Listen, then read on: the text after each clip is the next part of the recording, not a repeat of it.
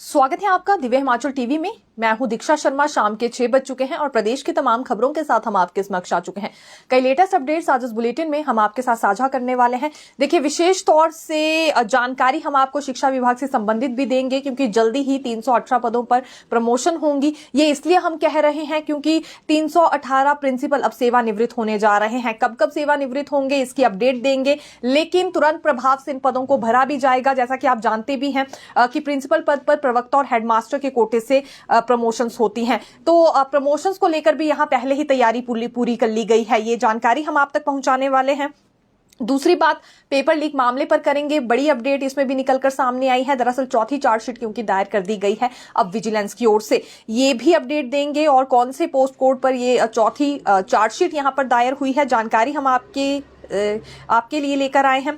Entity भर्ती, vocational और SMC शिक्षकों से जुड़ी जानकारी भी हम आपको देने वाले हैं। वोकेशनल और एसएमसी शिक्षकों की ओर से क्योंकि स्थायी पॉलिसी की मांग उठाई जा रही है और एनटीटी भर्ती अभी तक हो नहीं पाई है, लेकिन तीनों ही मामले में आज एक बड़ी अपडेट निकलकर सामने आई है, तो ये भी जानकारी देने वाले हैं। अगली बात करना चाहेंगे विधायक प्राथमिकता बैठक से जुड़ी भी, क्योंकि विधायकों की ओर से इसमें भर्ती से संबंधित मामला भी उठाया गया है। ये बेरोजगार युवा सवाल कर रहे थे कि ये जो प्रायोरिटी मीटिंग हो रही है सचिवालय में, क्या इसमें युवाओं को लेकर कोई भी एमएलए सवाल नहीं कर रहा है। तो आज दूसरा दिन था विधायक प्राथमिकता बैठक का और इसमें कुछ एमएलए की ओर से ये क्वेश्चन बिल्कुल रेज किया गया है। ये भी अपडेट हम आपके लिए लेकर आए हैं। लेकिन शुरुआत मौसम से करना चाहेंगे, क्योंकि पहले ही मौसम विज्ञान केंद्र की ओर से ये प्रेडिक्शन देखिए जारी कर दी गई थी कि अगले 48 घंटे में मौसम बहुत ज्यादा खराब रहने वाला है और बारिश बर्फबारी की संभावनाएं हैं। तो चंबा, कुल्लू, किन्नौर और लाहौल स्पीति में बर्फबारी का सिलसिला शुरू हो चुका है। यानी कि ऊंची चोटियों की बात करें तो वहां इस वक्त अभी हिमपात हो रहा है। और बात अब अगर मध्य पर्वतीय क्षेत्रों की करें तो यहां पर इंतजार ही बना हुआ है। लेकिन मैदानी इलाकों में, मध्य पर्वतीय क्षेत्रों में बारिश होने के पूरे आसार जताए गए हैं। 31 जनवरी तक मौसम खराब रहेगा, ये मौसम विज्ञान केंद्र की ओर से बताया गया है। इस बार येलो अलर्ट भी जारी हुआ है और बेसब्री से इंतजार हो रहा है बारिश का भी और बर्फबारी का भी। इसके पीछे का कारण यह है कि भयंकर अभी सूखा पड़ गया है, फसलें प्रभावित हो रही हैं, पर्यटक हिमाचल प्रदेश नहीं आ रहे हैं, क्योंकि जब बर्फबारी नहीं होगी इस सीजन में तो लाजमी सी बात है कि पर्यटकों की संख्या पर भी इसका बड़ा प्रभाव पड़ेगा। इसलिए अब बेसब्री से बारिश और बर्फबारी का इंतजार हो रहा है। ऊंची चोटियों पर अब बर्फबारी होना शुरू हो गई है और उम्मीदें इस तरह की जगी हैं कि शायद अब मध्य पर्वतीय क्षेत्रों में भी बारिश बर्फबारी हो, जहां पर इंतजार स्थानीय लोगों को भी है और किसान बागवानों को भी है। अगली बात राज्यसभा सदस्य पर करना चाहेंगे, क्योंकि आज इस पर सांसद प्रतिभा सिंह की ओर से देखिए बड़ी स्टेटमेंट सामने आई है। अभी जिन नामों को लेकर चर्चा चल रही है उसमें एक सोनिया गांधी है और प्रियंका गांधी भी है, विप्लव ठाकुर का नाम भी है और आशा कुमारी का नाम भी लिया जा रहा है।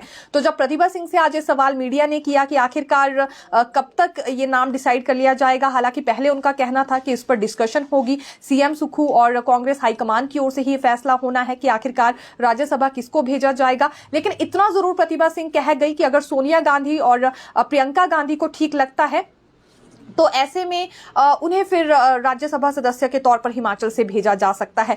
और इस वक्त प्रियंका गांधी के नाम पर दावा काफी ज्यादा मजबूत नजर आ रहा है। कारण इसका यह है कि शिमला से 12 किलोमीटर की दूरी पर छराबड़ा में उनका अपना आवास भी है। तो अभी ये 3 से 4 नाम है जिन पर काफी ज्यादा चर्चाएं हो रही हैं। लेकिन जैसा कि प्रतिभा सिंह ने कहा कि पहले डिस्कशन होगी और डिस्कशन में फिर ये तय किया जाएगा कि आखिरकार किसे राज्यसभा सदस्य के तौर पर भेजना है।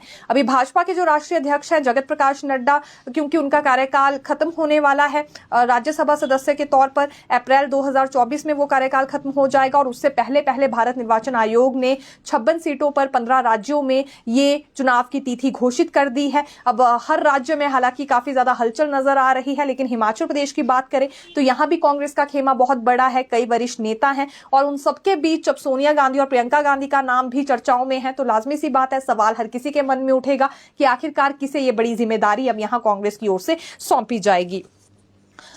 वहीं बात अगर भाजपा के राष्ट्रीय अध्यक्ष जगत प्रकाश नड्डा की करें तो ये हिमाचल आ रहे हैं और 3 फरवरी को इनका दौरा तय हो गया है। दरअसल लोकसभा चुनाव अभी होने हैं और उसका शंखनाद ये जिला कांगड़ा से करने जा रहे हैं। हिमाचल प्रदेश का सबसे बड़ा जिला क्योंकि कांगड़ा माना जाता है, यहाँ पर सबसे ज्यादा विधानसभा सीटें हैं और ये भी एक कारण है। और दूसरी बड़ी बात ये भी है कि इससे पहले जब अभिनंदन कार्यक्रम था तो बिलासपुर, मंडी के सुंदरनगर, कुल्लू और सोलन और शिमला में ही हो पाया था।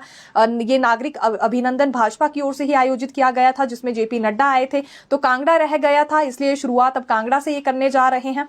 मोदी सरकार की 10 साल की उपलब्धियों को इसमें गिनवाया जाएगा। और दूसरी बात, अभी अयोध्या में क्योंकि राम मंदिर का निर्माण हुआ है तो ये बात भी जन जन तक पहुंचाई जाएगी।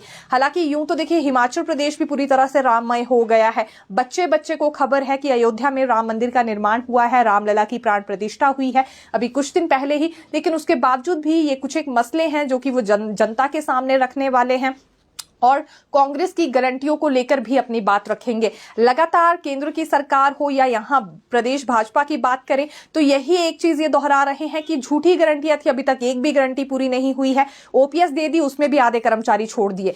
ये लगातार बयानबाजी क्योंकि भाजपाइयों की ओर से यहां पर हो रही है। अब लाजमी सी बात है जब जगत प्रकाश नड्डा आएंगे और लोकसभा चुनावों को लेकर यह प्रचार होगा तो इसमें गारंटियों का जिक्र भी होगा। मोदी सरकार ने जो बड़े कार्य किए हैं वो उपलब्धियां भी गिनवाई जाएंगी। इसके अलावा भी अपनी कुछ एक योजनाएं परियोजनाओं का जिक्र जो नई हिमाचल प्रदेश में शुरू की जा सकती हैं या कुछ नया भाजपा ने सोचा होगा उसका उल्लेख भी ये करने वाले हैं। वहीं बात केवल जेपी नड्डा की नहीं है, यहां पर देखिए जो मल्लिकार्जुन खड़गे हैं कांग्रेस के राष्ट्रीय अध्यक्ष, ये भी हिमाचल आ रहे हैं। हालांकि इनका 10 फरवरी को ये दौरा बताया जा रहा है, लोकसभा चुनाव पर ये बैठक करने वाले हैं यहां पर कांग्रेस के वरिष्ठ नेताओं के साथ। तो ये अपडेट हम लेकर आए थे, एक तरह से पॉलिटिकल अपडेट हमने आपके साथ साझा करना जरूरी समझा।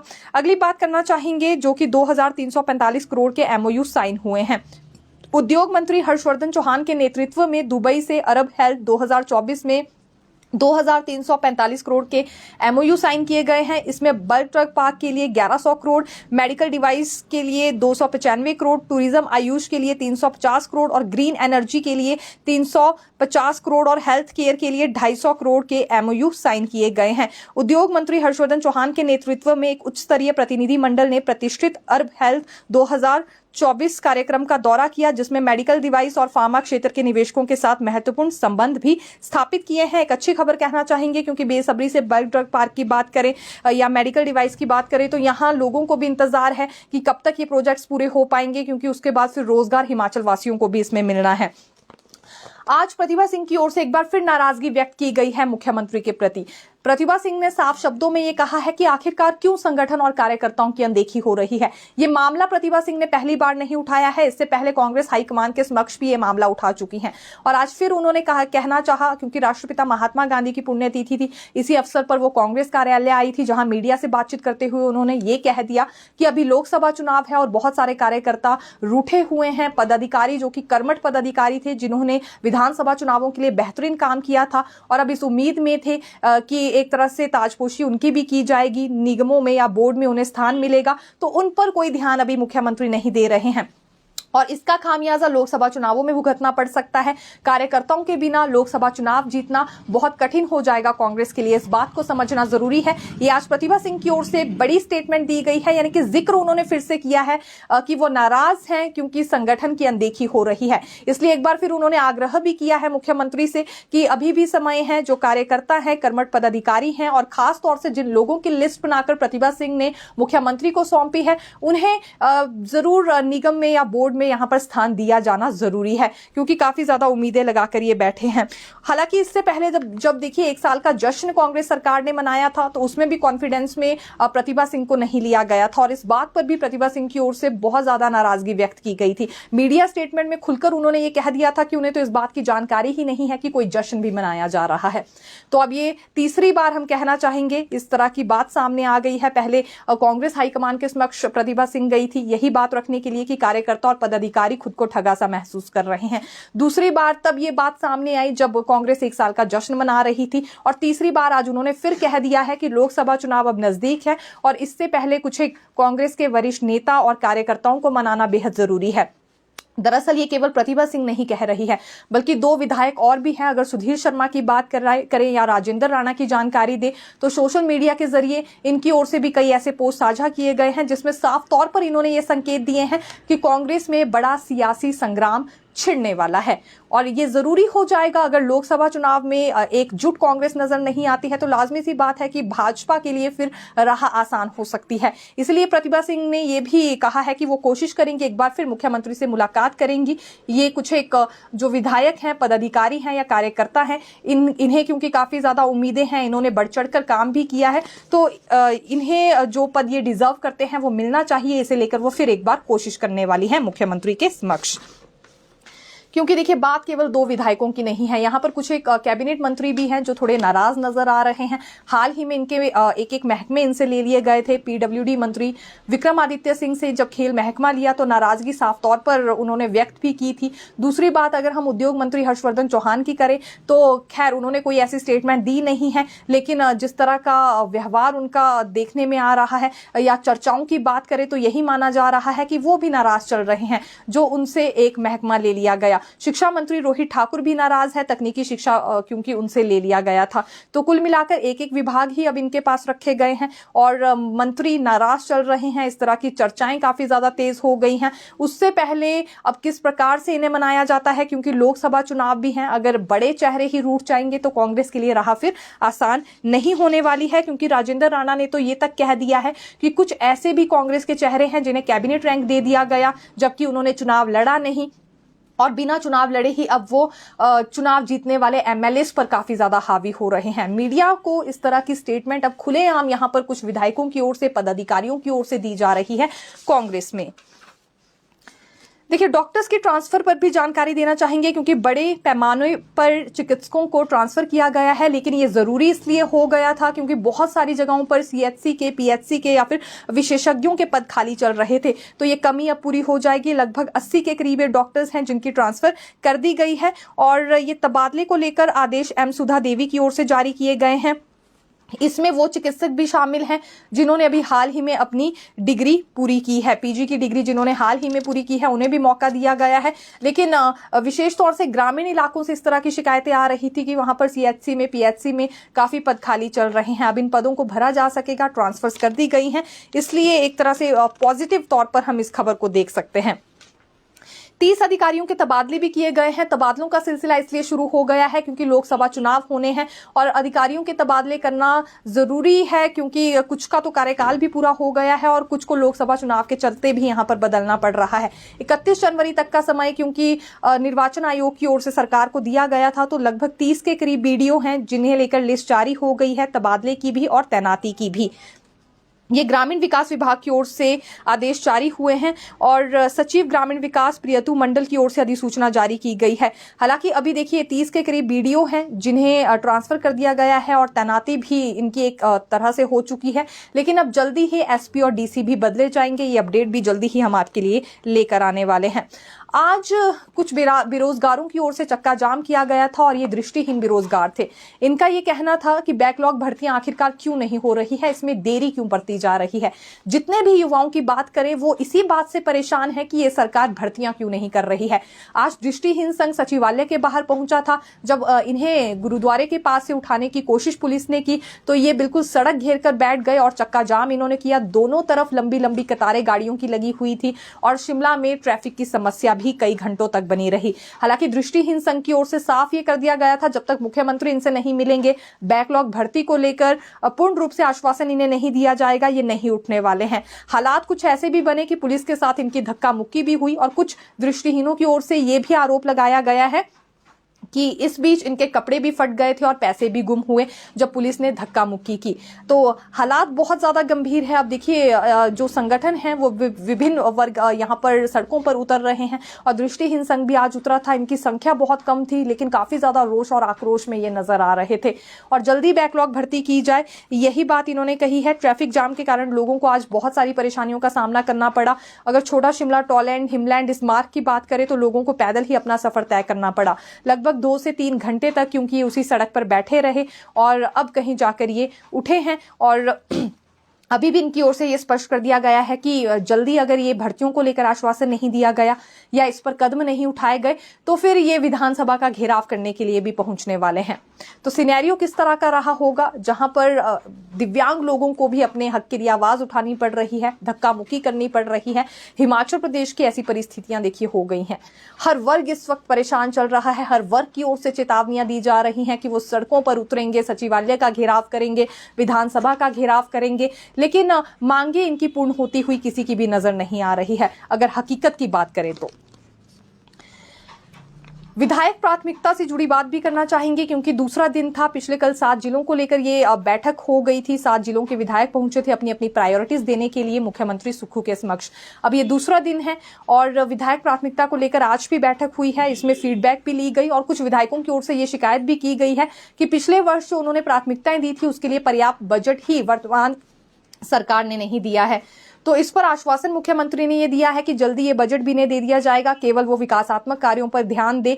और साथ ही साथ वहां जो अधिकारी बैठे थे, विभागीय सचिव या विभाग अध्यक्ष भी, उन्हें भी गंभीरता से इन प्राथमिकताओं को लेने के लिए सीएम सुक्खू ने निर्देश दिए हैं और जल्दी डीपीआर इस पर तैयार की जाए, ये भी मुख्यमंत्री ने कह दिया है। लेकिन देखने में आज ये आया कि कुछ एक विधायकों ने भर्ती से जुड़े मसले भी उठाए हैं। हालांकि अधिकतर विधायक ऐसे थे जिन्होंने सड़क, पेयजल और सिंचाई योजना या पर्यटन क्षेत्र विकसित करने पर ही मुद्दे उठाए। लेकिन आज भर्तियों को लेकर भी 2 से 3 विधायकों ने अपनी बात कही है। विशेष तौर से स्वास्थ्य संस्थान में पैरामेडिकल स्टाफ और डॉक्टरों के खाली पदों को भरने की मांग इन्होंने उठाई है। हालांकि बाकी जो युवा हैं अपनी अपनी भर्तियों को लेकर इंतजार में बने हैं, इस पर तो सवाल उठे ही उठे हैं। लेकिन 2 बातों को लेकर यहां पर सबसे ज्यादा मांग उठाई गई है कि डॉक्टर्स के और पैरामेडिकल स्टाफ के पद स्वास्थ्य संस्थानों में जल्दी भर दिए जाए। ये एक बेसिक नीड है और दुर्गम क्षेत्रों में उन लोगों को बहुत सारी समस्याओं से रूबरू होना पड़ता है जहां पर डॉक्टर का पद ही खाली चल रहा हो।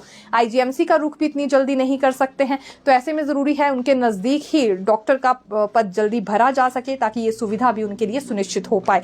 तो आज भर्तियों से संबंधित भी यहाँ कुछ एक मामले जरूर उठे हैं और देखा जा सकता है। इसके अलावा जो अभी सबसे ज्यादा समस्या आ रही है वो सड़क, पेयजल और सिंचाई योजनाओं को लेकर ही है। पेयजल स्कीम्स क्योंकि प्रभावित हो रही है। हिमाचल प्रदेश में पिछले 3 महीने से खुलकर बारिश नहीं हो पाई है।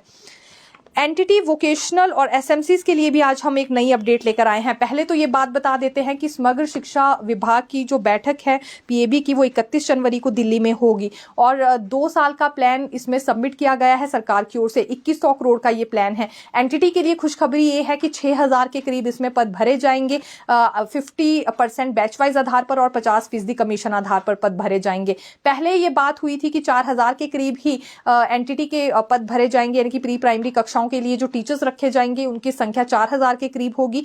लेकिन अब ये 6000 पद भरे जाएंगे। ये हम इसलिए कह रहे हैं क्योंकि 6000 के करीब टीचर्स की सैलरी का जिक्र इस प्लान में किया गया है और ये भी साफ किया गया है कि 50% भर्ती इसमें बैच वाइज आधार पर होगी और 50% कमीशन आधार पर। दूसरी ओर महिलाएं अपनी मांग रख चुकी हैं कि पूर्व जयराम सरकार में जो ड्राफ्ट तैयार किया गया था जिसमें 1 वर्ष का डिप्लोमा भी मान्य था, उसी आधार पर यह भर्ती होनी चाहिए। हालांकि ये सरकार की अपनी मर्जी है कि अब ड्राफ्ट को नए सिरे से तैयार करना है या उसी ड्राफ्ट पर गौर करना है। लेकिन एनटीटी पर हम इतना जरूर कह सकते हैं कि जल्दी अब फैसला होने वाला है 31 जनवरी को, क्योंकि ये बैठक होने जा रही है दिल्ली में समग्र शिक्षा के लिए। और वोकेशनल के लिए और प्राइमरी कक्षाओं के लिए भी इसमें कुछ एक प्रावधान करने के लिए कहा गया है बजट को लेकर।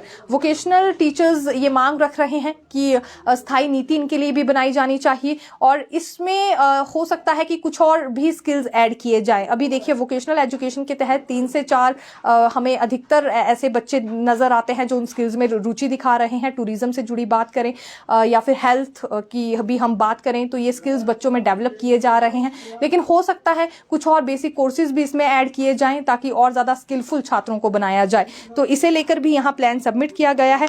पिछले साल देखिए जो 845 करोड़ का प्लान सरकार की ओर से भेजा गया था उसमें एनटीटी के लिए बजट जरूर आया था, लेकिन जो लैप्स हो गया क्योंकि ये भर्ती तो हो नहीं पाई।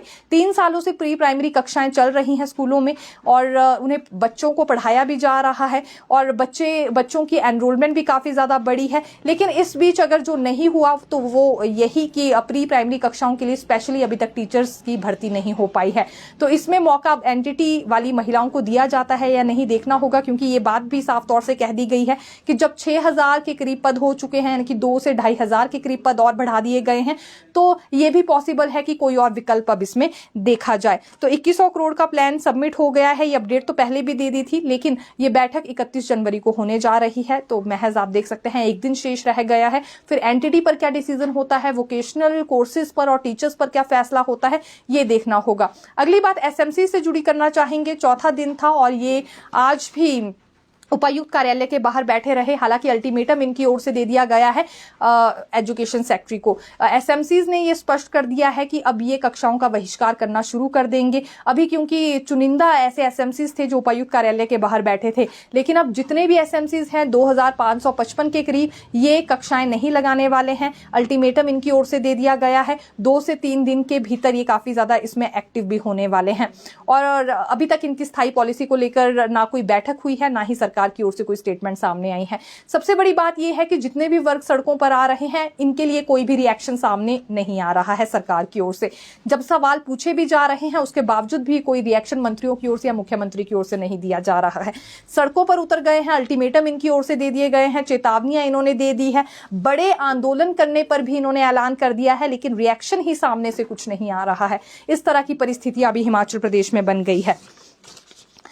पेपर लीक मामले पर भी बड़ी अपडेट लेकर आए हैं, क्योंकि 13 एफआईआर इसमें दर्ज हो गई हैं और 4 के करीब चार्जशीट भी अब दर्ज हो गई हैं। दरअसल चौथी चार्जशीट जो विजिलेंस की ओर से दायर की गई है, ये पोस्ट कोड 970 में हुई है। जेई सिविल पोस्ट कोड 970 में 4 लोग, जिसमें उमा आजाद, मुकेश, रंजीत सिंह और रवि कुमार हैं, इनके खिलाफ चार्जशीट दायर की गई है।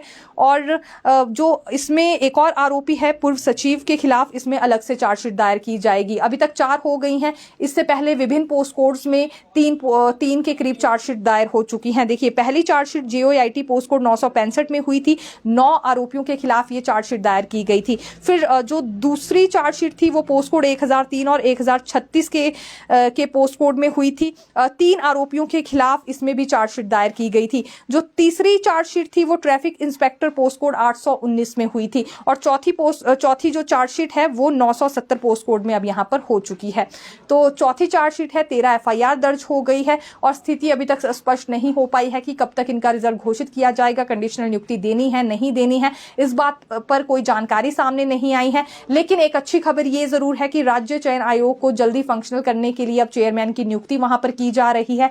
और ऐसे पोस्ट कोड्स जिन पे एफआईआर भी है, अब उनका रिकॉर्ड शायद राज्य चयन आयोग को ही भेजा जाएगा, क्योंकि लोक सेवा आयोग ने रिप्लाई दे दिया है कि एफआईआर वाले पोस्ट कोड्स का डाटा या पूरा रिकॉर्ड वो नहीं लेने वाले हैं और ना ही उस मामले में कोई रिजल्ट घोषित करेंगे। तो राज्य चयन आयोग को इसी वजह से जल्द यहां पर फंक्शनल करने की बात हुई है।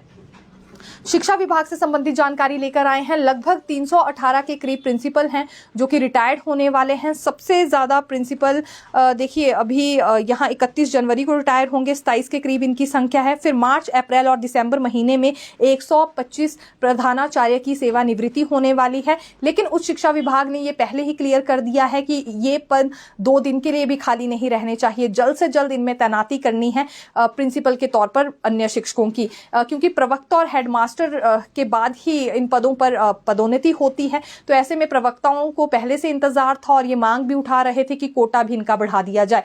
खैर, कोटे में संशोधन करने पर तो कोई विचार सरकार की ओर से हुआ नहीं है, लेकिन ये अच्छी बात है कि प्रवक्ताओं को और हेडमास्टर्स को जल्दी पदोन्नति का मौका मिलने वाला है प्रिंसिपल के पद पर। अभी देखिए, जैसा कि हमने कहा कि 27 प्रधानाचार्य 31 जनवरी तक सेवानिवृत्त हो जाएंगे। फिर मार्च, अप्रैल और दिसंबर महीने में सबसे ज्यादा 125 प्रधानाचार्यों की सेवानिवृत्ति होगी और सेवानिवृत्ति से पहले ही यहां पर एसीआर और अन्य औपचारिकताओं को पूरा करने के निर्देश उच्च शिक्षा विभाग की ओर से दे दिए गए हैं उन शिक्षकों के लिए जिनकी इन पदों पर अब पदोन्नति होने वाली है। हालांकि अभी ये प्लेसमेंट आधार पर ही पद भरे जाएंगे और प्रवक्ताओं और मुख्याध्यापकों की ओर से मांग ये रखी जा रही है कि नियमित तौर पर ये पद भरे जाने चाहिए, ताकि अन्य वित्तीय लाभ या जो भी प्रिंसिपल को अन्य लाभ मिलते हैं वो इन्हें भी दिए जा सके। क्योंकि प्लेसमेंट के आधार पर जब ये पद भरे जाते हैं तो उसमें वित्तीय लाभ से इन्हें फिर वंचित रहना पड़ता है। इसलिए अब ये प्लेसमेंट आधार पर भरे जाएंगे या फिर प्रवक्ताओं की या मुख्याध्यापकों की मांग को देखते हुए नियमित आधार पर भरे जाएंगे, ये देखना काफी ज्यादा रोचक रहने वाला है। और प्रक्रिया आप देख सकते हैं इसके लिए फिलहाल शुरू हो गई है, क्योंकि पद ज्यादा समय तक खाली नहीं रखे जाएंगे। ये भी उच्च शिक्षा विभाग के निदेशक की ओर से यहाँ पर स्पष्ट किया गया है। तो एक ही अपडेट हम आपके लिए लेकर आए थे। फिर मिलेंगे नई खबर के साथ। देखते रहिए दिव्य हिमाचल टीवी। धन्यवाद।